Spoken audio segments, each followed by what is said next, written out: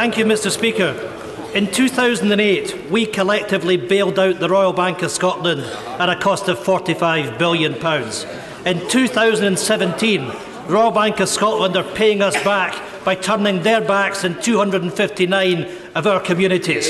Given we are the majority shareholder, will the Prime Minister step in and tell the Royal Bank of Scotland to stick to their commitment and not close the last bank in town?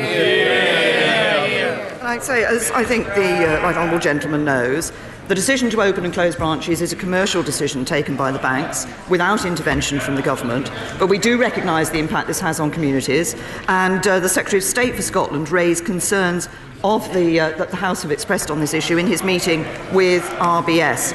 Of course, more people are banking online. This is having an impact, but we do want to ensure that all customers, especially vulnerable ones, can still access over-the-counter services, and that's why we've established the Access to Banking Standard, which commits banks to carry out a number of steps before closing a branch.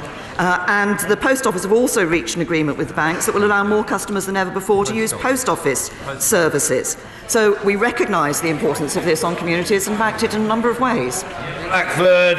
If the Prime Minister recognises the importance of this, she should be summoning Ross McEwen in to see it and making it clear that we will not accept towns and villages up and down the United Kingdom losing banking services. There are 13 towns in Scotland where the last bank will be going. This is not acceptable. It is about time the Prime Minister accepted her responsibilities. Will she summon Ross McEwen and will she tell the Royal Bank of Scotland this must be reversed?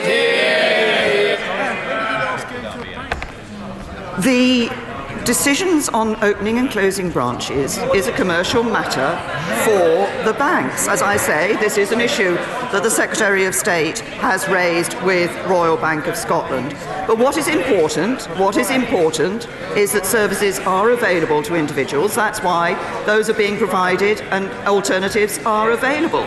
But I also say to the right honourable gentleman that actually an awful lot more people are banking online these days, not requiring the use of a branch. We want to ensure that vulnerable customers, particularly who don't have access to online banking, are able to have services provided. And that's precisely what we're doing through the Access to Banking Standard and the work with the Post Office. Julian Lamont.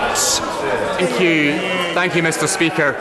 Given that the SNP Scottish Government has an extra £2 billion to play with thanks to this Conservative Government's budget last month, will the Prime Minister join me in calling on the First Minister of Scotland to rule out the higher taxes for hard-working Scots?